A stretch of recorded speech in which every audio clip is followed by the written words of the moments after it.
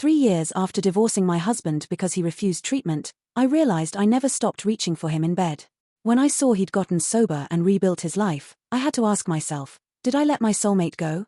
Before we continue, don't forget to like and subscribe to help me grow the channel. I divorced my husband 3 years ago. I, 35M, had loved him for most of my life, but his depression had gotten exponentially worse, and he refused to seek treatment. Sometimes he would not even go into work, and eventually he got fired.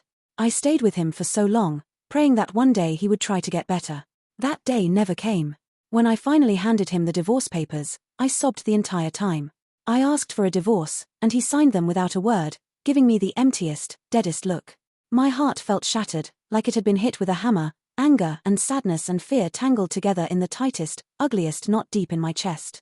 I tried to put on a brave face for my friends, framing it as a new beginning, but it was a lie. It hurt, and it kept hurting, and I knew it would never stop. He was my soulmate. I have never loved anyone the way I loved him. He had been sweet, loving, passionate, and happy, the kind of man anyone could fall for. They say time heals, but for me, it did not. 3 years later, I still reach over in bed hoping to pull him close.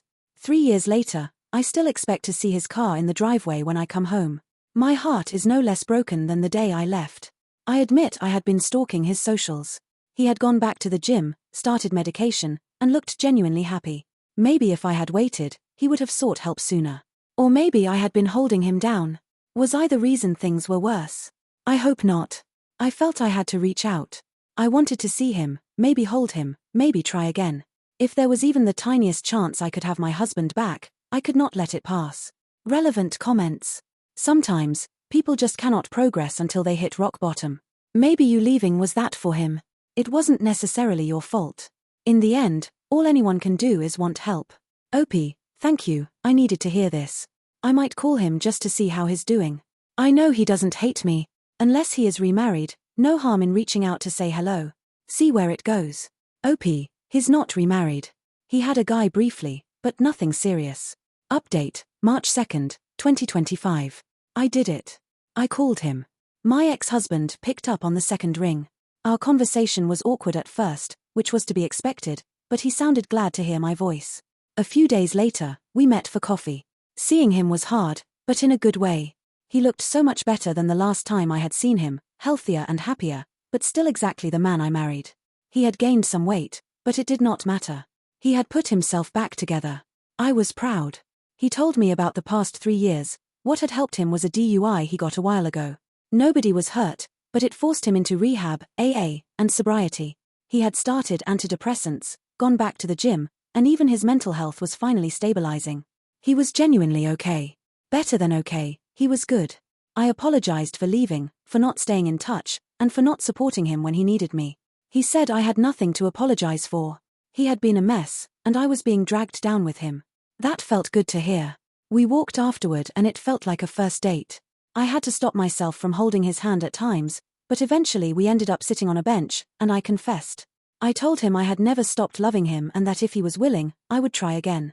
I promised to go slow, to do couples therapy, to rebuild trust. He was quiet, and then said that yes, he was willing to try, but he warned that depression could come back. He promised he would never stop trying, never neglect me, and would work on himself. I agreed. He pulled me into an embrace and kissed my temple. I felt the first warmth of spring after a long, cold winter. I went home that night sobbing happy tears, finally feeling like something had begun again. He texted to schedule a proper date, promising to make up for birthdays and anniversaries we had missed. Relevant comments. Sometimes you have to leave someone for their own growth. You might love the person, not the situation. It sounds like he has rebuilt himself. He is telling you his love is still real. You should take a chance. Opie, I never claimed to be perfect. I loved him the whole time, and I am glad I reached out. Update, March 6th, 2025. We went on our scheduled date. He picked me up without saying where we were going, only telling me to dress warmly. We went back to where we first met, an old ice skating rink. I tried to remember figure skating moves, and he only had to catch me from falling once or twice. We spent an hour skating. At one point I complained about the cold, and he placed his gloved hands on my cheeks to warm me. I blushed so hard, I thought I would melt the ice. Afterwards, he took me to the restaurant where we had our first date. It was a cheap little hole in the wall, but it felt perfect. We ate, laughed, flirted, and held hands under the table. I think I fell in love with him all over again. Then he surprised me with one more thing. He took me to a dark sky park where he had proposed 10 years ago. He had blankets ready, and we cuddled under the stars. We drank sparkling grape juice, kissed, and shared moments that felt both old and new. He told me he loved me. I nearly cried. I ended up at his place that night. We took things slow, but I finally felt safe, loved, and close again. I woke up the next morning and reached for him, pulling him close just like I used to. We decided to get back together, though we are calling it partner or lover, not boyfriend, because it feels more right after all these years. Reflection. We have both healed in different ways, and the connection that never truly died is alive again. I realized that sometimes love does not end when you leave, it waits until both people are ready to meet again as equals. This story is about love, mental health, second chances, and patience. It shows that leaving someone does not always mean the love is gone. Sometimes it is the only way to give both people the space to grow and return stronger.